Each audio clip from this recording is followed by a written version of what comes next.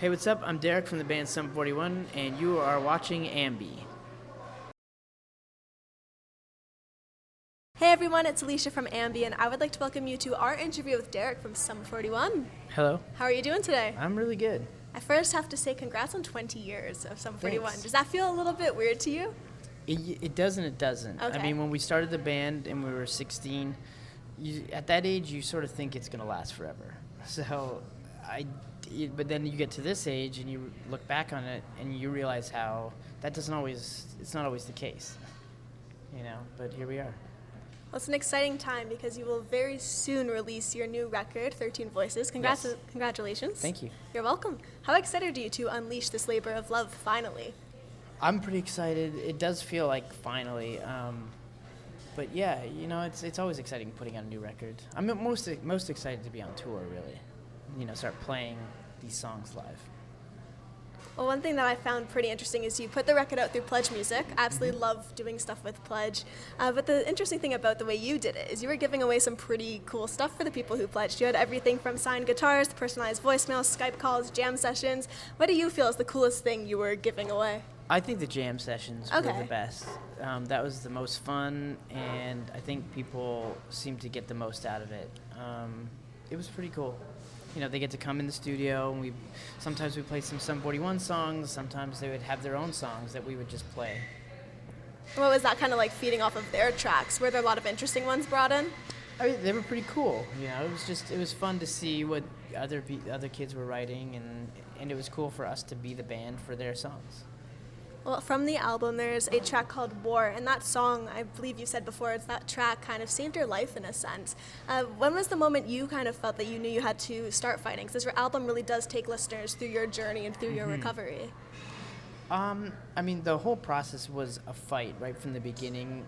It was a struggle, but I'd say after about a year, which seemed like there was no progress, and I'd been working so hard to try to get better, it just didn't seem like it was happening. That was probably the toughest because I knew the only way to get better was to actually even work harder at trying to get better. And I thought I'd been doing the most that I could physically do, but I realized it still wasn't enough. Yeah.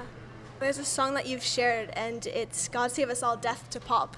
But there was one line in it that totally caught my attention. It's the opening line where you sing, "We have the passion of the unbroken, and our souls we will not sell." Is that almost a little line about how certain pop people might be sellouts? Can you tell me a little bit about that? I would probably say, I mean, I'm definitely not thinking of anyone in particular, but I would say that there are, I wouldn't be about pop people being pop. It would probably be more about rock people being pop. Okay.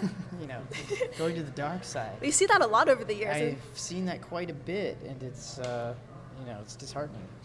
The beginning of the really awesome fan video that you just shared for that song, the beginning of it's pretty much talking about how rock gives you a feeling, a certain oomph and energy. Well, I was saying from my opinion. Yeah, it no, gives of me a course. feeling, and I just don't get that feeling from pop. Pop music.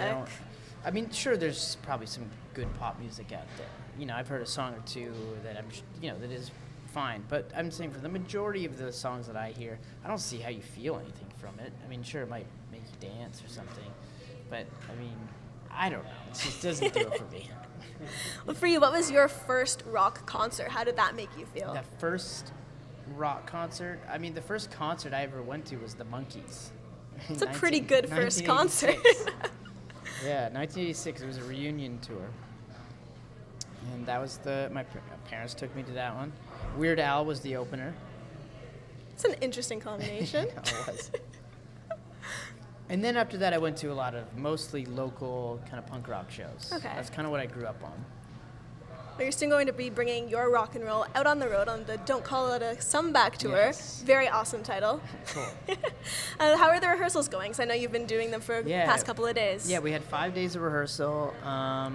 And it was great. I mean, they were long days, and we were rehearsing a whole bunch of stuff, new stuff, really old stuff that we've either never played ever or haven't played in like 15 years. And then, it's a sort of mix of everything. Are there any new tracks from this forthcoming record that you cannot wait to play? I mean, yeah. I can't wait to play any of the new songs, really. I mean, I like them all probably equally, and they're all exciting to play, so...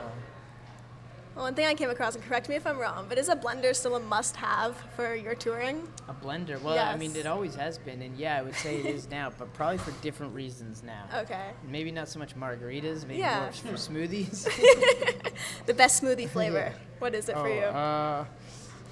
I'm bad because I just like chocolate, anything. So, you know, I like good chocolate smoothie. Okay. Strawberry maybe in there. I just want to do a little quick fire round with you, so whatever comes to mind, feel free to say it. Oh, okay. All right, so the first one, where would you love to perform or take the band that you've yet to? Well, we really haven't done much in South America, and we're going to do our first tour in December of South America. So we're all really looking forward to that. Awesome. And then what's a movie you can watch over and over? Ferris Bueller's Day Off. That was very quick. Yeah. And for the last one, what's the worst job you had as a teenager? I was a clown.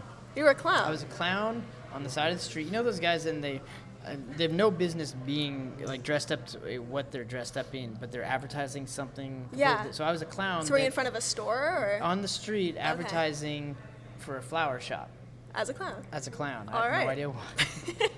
They wanted a clown, but that's what I did. And that was probably the worst. Okay, well, just to wrap everything up today, anything you want to say to all of your fans who will be viewing? Well, I mean, we're coming out on tour, and we're very excited about that to see everybody. Awesome. And I just want to say thank you so much for chatting today. I really appreciate it. Cool, thank you. It's my pleasure. And remember, to everybody viewing, you can visit us at musicblog.com for all exclusive interviews, features, videos, and so much more with your favorite bands. See you next time.